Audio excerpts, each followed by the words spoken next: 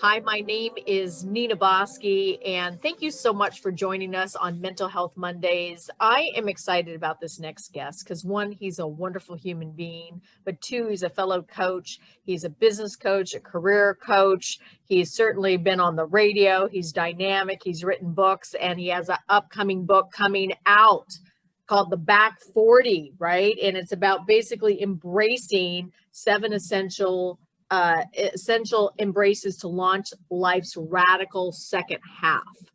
And I just have to say, welcome to the show because I'm so excited to have you on today. Thanks, Nina. I love your show. I've caught some of your previous episodes. It's wonderful work you're doing. Well, it's so interesting. Gary Vitaco Robles and myself, who's the mental health professional on the Maryland Project, he and I started doing just our own talking about mental health, addiction, the correlation between mental health and addiction issues. And it kind of morphed from there because I used to do a long time radio show like you did as well, Life Bites Radio back in the day. And, Life Bites is all about bringing resources and information and people to get them thinking about their life. And certainly the back 40 is one of those times that we certainly have to look at. And I know that if Marilyn would have lived longer, her second half of the life, although I have to tell you something, Darrell, back in Marilyn's day, 36 years old was midlife. You got to start thinking about you're getting older as an actress and stuff as well. So why the back 40? Why did you even want to write a book like this? I don't know. Well, I don't know that I wanted to write a book. The idea came to me. And it turned out to be the book that I needed to read. So it all came about. I was 40, and I was in the middle of a $500,000 custody suit around my son. And it was, I think, 11:45 in the evening. I was looking at my son sleeping in my bed because my parents were downstairs sleeping in his bed because they had come into town to help me, mentally, emotionally, mostly financially, with this custody suit. And I just felt the lowest I'd ever felt in life. I kind of, at 40, I thought, what do I have to show for myself? I just, felt this big kind of neon loser over my forehead. And call it what you want. I call it a download. But something just kind of spoke to me and said, what if you're exactly where you're supposed to be? What if everything in your life has been exactly as it was supposed to be so that you now fulfill on who you came here to be and what you came here to do? What if it's all about the second half as opposed to that you're supposed to be somewhere or have made it or something like this in the first half? And that was the origin of the idea. I just have to say something around this because I think what you're saying is so important. And I have a feeling there's a lot of people out there, particularly over the last year that we've had, that may be in the shoes that you were at 40. They may be 35. They may be 50. They may be going through something in their life. And, we have these images that we grow up with, and A plus B equals C. It's not always the case, right? Look at Betty White. I mean, she's in her, mid-90s now, right? I mean, she's talking about a second half, right? She really has. But it doesn't mean that Betty White can have it and you can't. So what is the book about? Because you're talking about these 7 essential elements that you really need. What are they? Well, the book is based on a premise that what if the first half of life was just R&D, research and development? I'm sorry, that is the funniest thing. I love it. It is so true. I think back in my 20s, all the exploration I was doing compared to in my, midlife right now, right? Yeah. I mean, like you said, we grow up in a society that kind of tells you where you should be and how you have to have it all sorted out. And, you need to make it, by a certain age. But the idea that, well, what if everything that's occurred has been perfectly designed? I even call it laboratories. What if that first marriage was a laboratory? What if your marriage right now is a laboratory? What if it's all laboratories, both in the past and now, all of them designed to have you be able to become who you came here to be, right? And so, again, when that idea hit me, it kind of freed me up, because it's like, oh, okay, what if it's not over? What if it's just beginning? Oh, I love that, because I think, one, we're living longer. Two, it's not, when our parents were, you know, in their life of working and establishing themselves, they worked for one company all their lives. You know, now what's happening is that we have a lot more options, we have a lot more ability, and a lot of times, you know, because we are living longer, you know, what is that, you know, the new 60 is the new 40, right? I mean, Right. there's a lot of that premise there, but our mindsets haven't changed.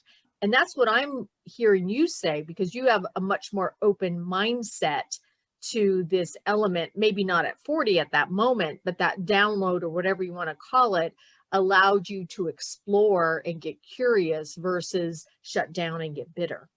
Yeah, and you're really you're hitting on some key words there. This idea of curiosity. I'll share more about that when I walk through the embraces. But going back to what you're talking about, is that we come into a society, and generally accepted societal wisdom gives us a bell curve of our life experience. You know, you go to school, or you learn a trade, and you get married, and you have kids, and you amass some stuff, and you got a home. And but after 40 or 50, you know, 60 for sure, your best is considered behind you. Your best earning, your best creativity, your best ingenuity, your best hot sex, you know, all of that is kind of behind. Yeah. And there's this idea of retirement. You know, we grow up into a world where retirement is this thing that we're going towards. You know, I don't know if you know, but Going out to the pasture, Darrell.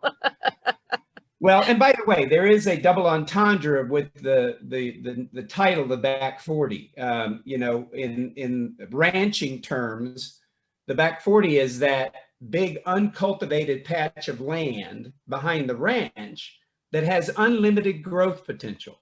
Oh, I didn't know that. Okay, that's Well, good. if you watch Dallas, I grew up in Texas, you know, they always refer to the back 40. But Love the it. point is what if our second half is that as well? All uncultivated, huge growth potential. So the idea is that we're given this down and out model, but what if that's BS? What if that's just a belief system that we were fed? And retirement, the root of retirement means to draw back. Retire, the Latin roots are to draw back.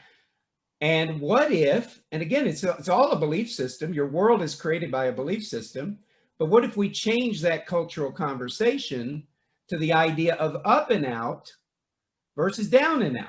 What if everything that you've done in the past, everything that's happened to you, and look, even the traumatic things, even mostly the traumatic things, the things that you to this day think it would have been great had that not happened because it shaped my life, it affected me, it limited me, or something like that.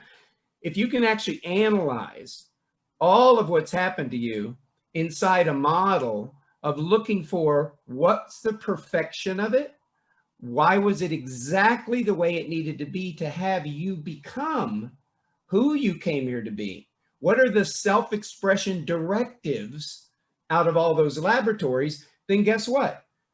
It's up, up, up, and up. And you mentioned Betty White. She's just like, you know, she's poster woman, you know.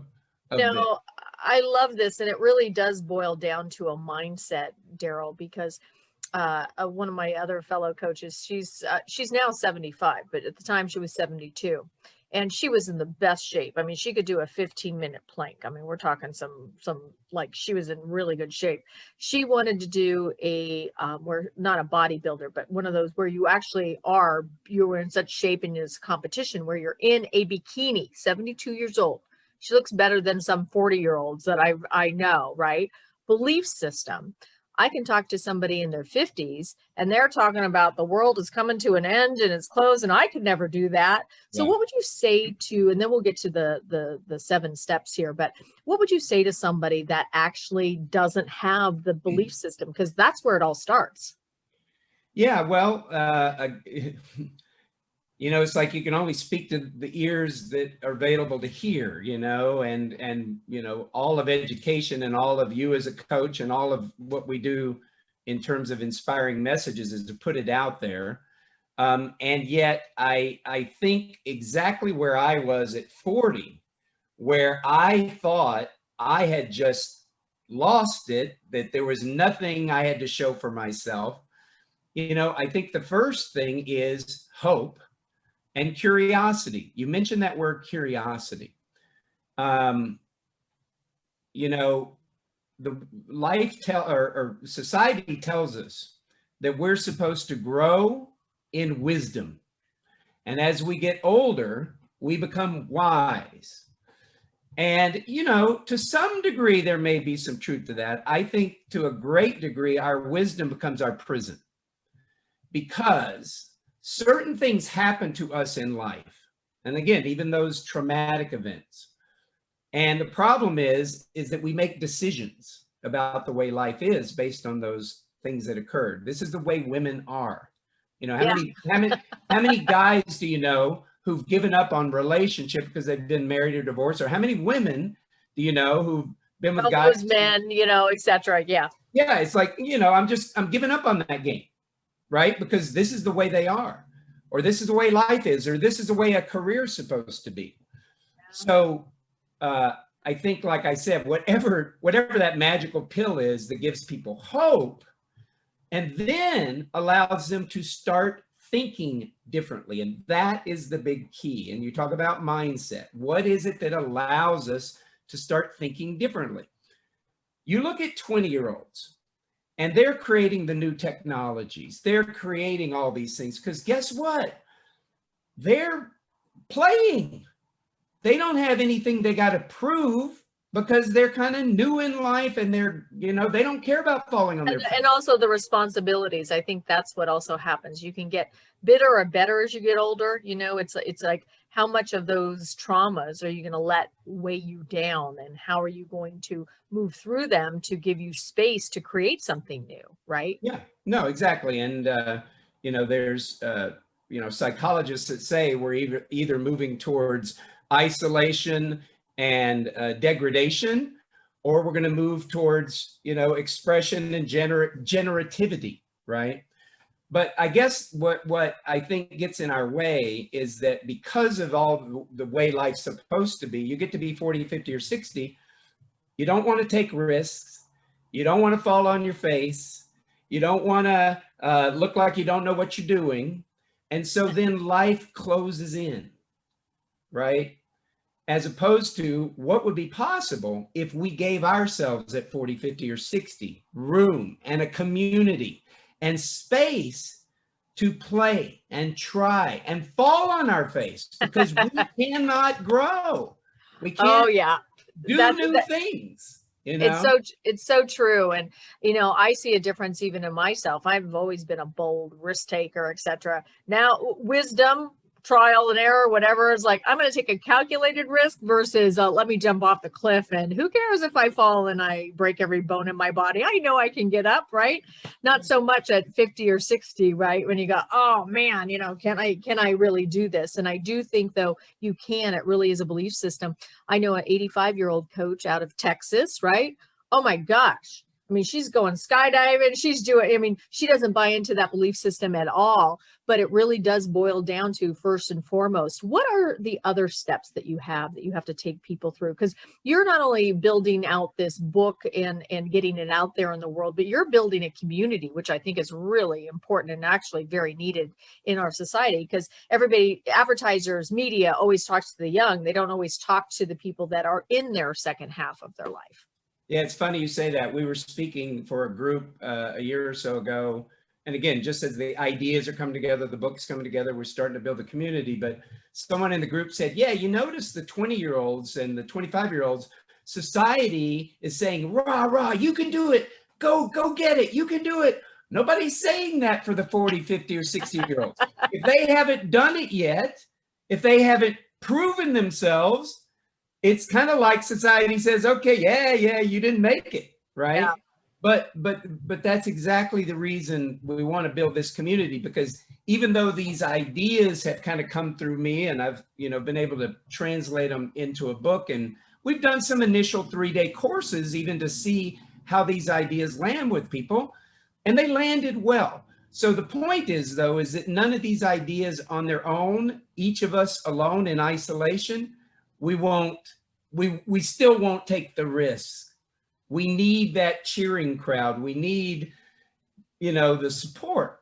So the book takes the reader through 7 what I call essential embraces to launch life's radical second half. And we use the word radical because, some people are like, whoa, radical. But again, that's the whole risk-taking thing.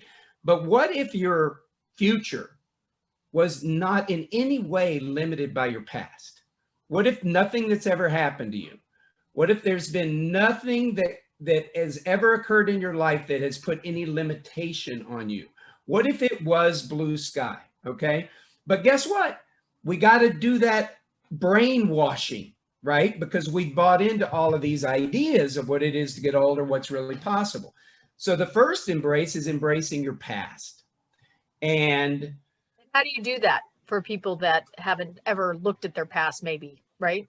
Yeah, and a lot of people haven't looked at their past because it's so traumatic or something was so strong that it's like it just. Or why should my mom, God left, rest her soul, because she had a daughter that came in questioning everything, and she didn't question anything, and it was quite happy. But there's that saying that says ignorance is bliss, right? And she'd be like, "Why do I have to look at that? Who wants to look at your past? The past is the past."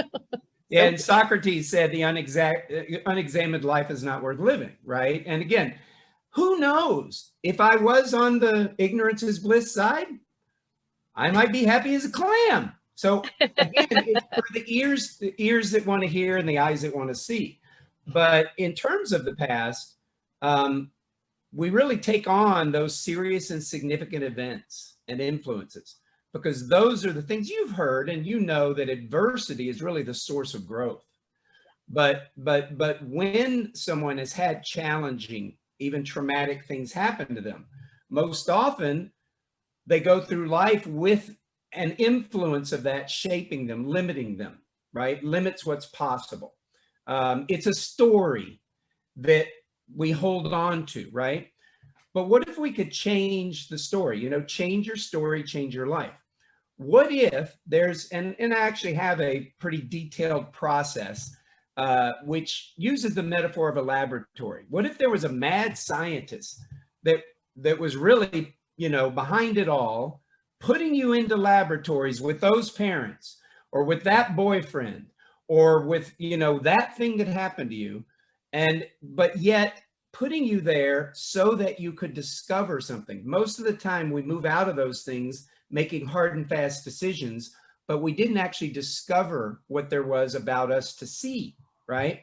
But if we can go, and so there's a pretty detailed process, but basically what I point to is that what if in everything that's happened to you, there's self-expression directives for you to be mined? Like, what if there's pointers in there? There's a formula that came out of that laboratory, Yeah. And so first we take on your past and take on your present. Embrace number 2 is your present, because there's a lot of people right now, and you talk about last year, if there wasn't, if there wasn't a time in life where people could feel a victim, it was last year. But here's the deal. If you can go through a process like this and actually see that everything was designed for your good. There's this scripture about Joseph in the Bible, what you meant for my harm was actually for my good. If you could actually see how it has now helped you. And again, taking on last year could be a big challenge for people. And yet, if right now, Nina, I said, tell me 10 blessings that came out of last year, how is your trajectory in life different? How do you see yourself different, or what's most important in your life now? What's your relationship with your honey like now? I mean, we could all find the blessings, but the point is, this isn't just about turning lemons into lemonade. It's actually, what does it point to? You know, a lot of people who've done some work over the last year to really reevaluate their life's going a whole other direction. And had COVID not happened, now again, I'm not minimizing the people that are hurting. People Or have are lost loved ones. That's not lost what you're loved saying. ones, No, no. employment, income. Here's the deal. It's not about whitewashing that or doing a spiritual bypass. It is about, though, a basic question. A wise person once said to me, look, you're going to look at life one of two ways. You're going to either look at it like you're at the effect. You're at the effect of what happens. And guess what? Therefore, the wind blows and you blow. You could look at it like you're at cause, like that you created it for some reason. Now, neither one of these are true, but you're going to buy into one or the other. One of them is going to give you some power because you have something to say about it. The other one's going to leave you victim. And so when you talk about mental health Mondays, it's like, to the degree that we can own what has happened to us versus being a victim to it and look for what are the directives out of it. I love what you're saying, because it's really looking for the lesson. What is the lesson in this? And if I look for the blessings, there's plenty of blessings. Are there plenty of challenges? Absolutely. But if I focus on those challenges, and that's all I'm focusing on, and how horrible the world is, if I watch my, internet browser, or watch the news over and over and over again, I'm going to think the world is falling apart. And so it will become a falling apart experience for me, because our beliefs, as you say, drive it. So that's your past. We've got your present. What's the third step? Embrace 3 is your gifts, because who you are now and the gifts you possess were nothing based on what you went to school for, or necessarily the skills or the trades or anything you learned. Life, the school of life, school of hard knocks, gives you certain gifts, gives you certain abilities now that, if they're uninventoried, has you not aware of what you now carry into the second half. And what those gifts are. Out of a custody suit, I have an ability to advise and empathize and be with people around challenging times like that I didn't have before. So a lot of the things that life has, the traditional way would be to say put us through, but what life has given us as those challenges has given us certain gifts and abilities. So embracing your gifts at midlife. I love that. That's so true. And there are, through some of my biggest challenges, Darrell, have come some of my biggest gifts. So I think that is, if you could look for those gifts, because if I hadn't gone through that experience, even as a coach too, like you, I wouldn't be able to advise certain people, particularly around business, of what works and what doesn't work. I can share with you through my failure how that can help you. You can share through your experience of going through a custody, suit like you did. Wow. Empathetic, also being able to advise people because you've gone through that experience. So I love that. You and I as coaches know people don't grow when it's comfortable. No. No, they don't. Yeah.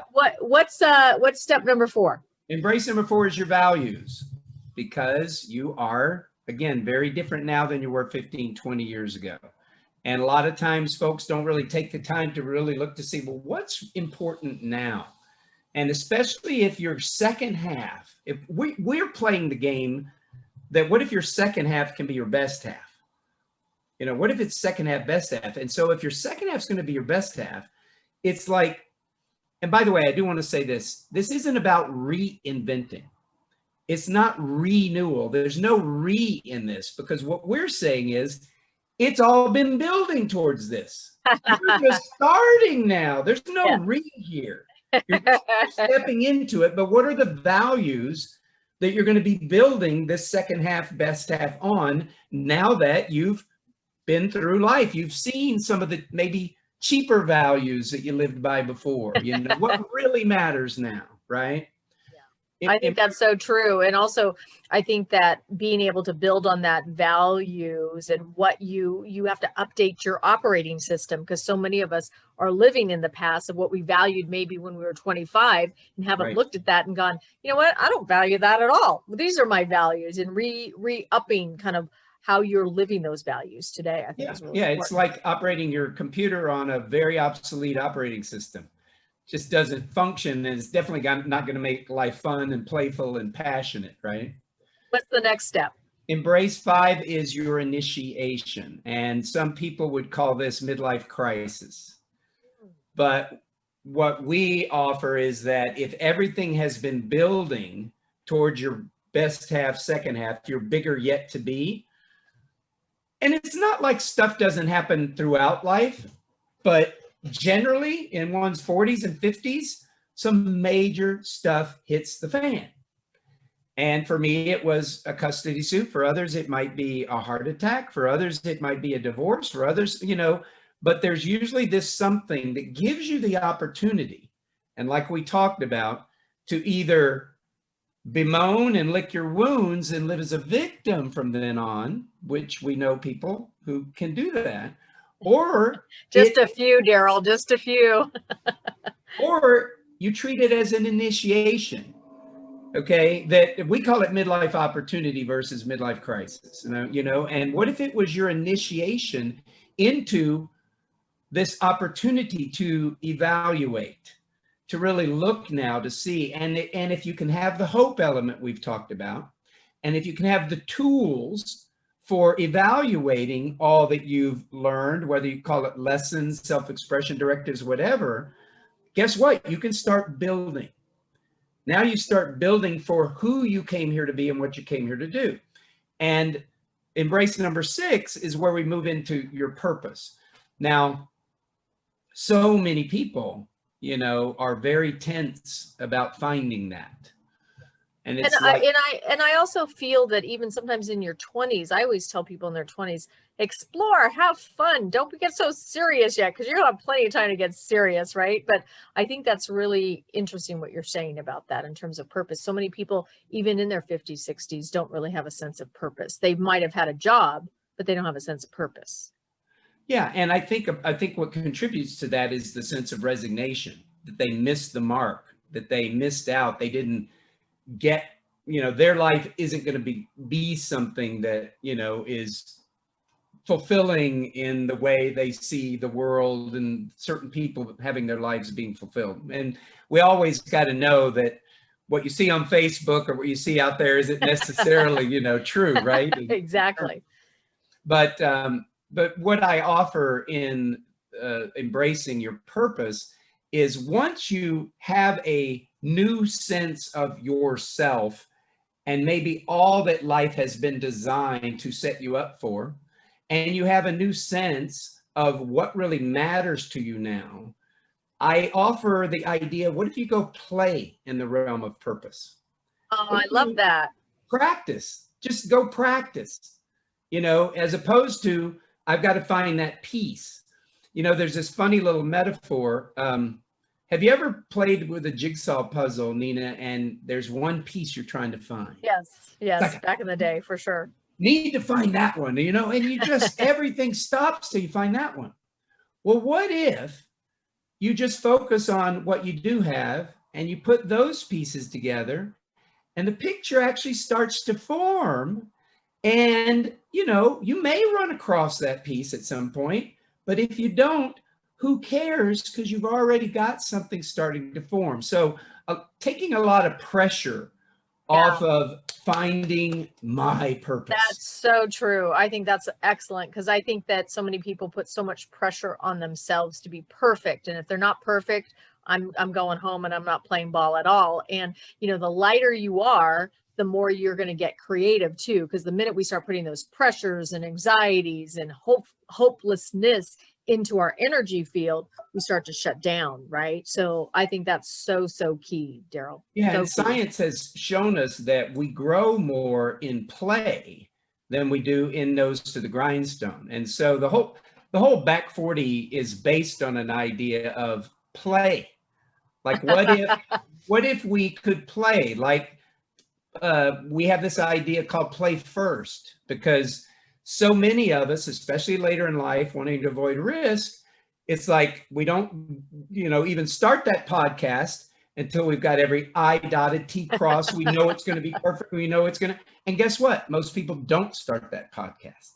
Yeah. Right. And they don't start, then they don't play, and everything. Again, you're watching the news 24/7, and you're starting to look at the world as a kind of a stagnant being instead of something that can actually change. What is it? You change the way you see things, and the world around you changes, right? So it's about how you view it. So what's the next step? Embrace number 7 is a presence, and embrace number 6 and number 7 kind of go together. I had to put them in a sequential order, but they could have been interchanged because they kind of blend. But to the degree that you're willing to play, willing to be open, and willing to start practicing purpose, and to the degree that you're also enabling yourself to be open and inspired, like a wind beneath your wings. Now, it's not religious. I do point to something, though, beyond you. And to the degree that you can be open for that, then you've got a wind beneath your wings. So a purpose and a presence go hand in hand. And so embrace number 7 is really all about tools to open yourself up for that presence to show up, to co-create that second half, best half. Yes, co-create. I like that. So those 7 steps, is the book out now, or will it be coming out? No, we have our commitment date is April 1st. We are building a community, though, even now around these ideas. We have a Facebook group, Back 40 Flyers, for anyone who would like to come and play with these ideas. And we're going to be doing a masterclass, a free masterclass at the end of February. Again, sorry?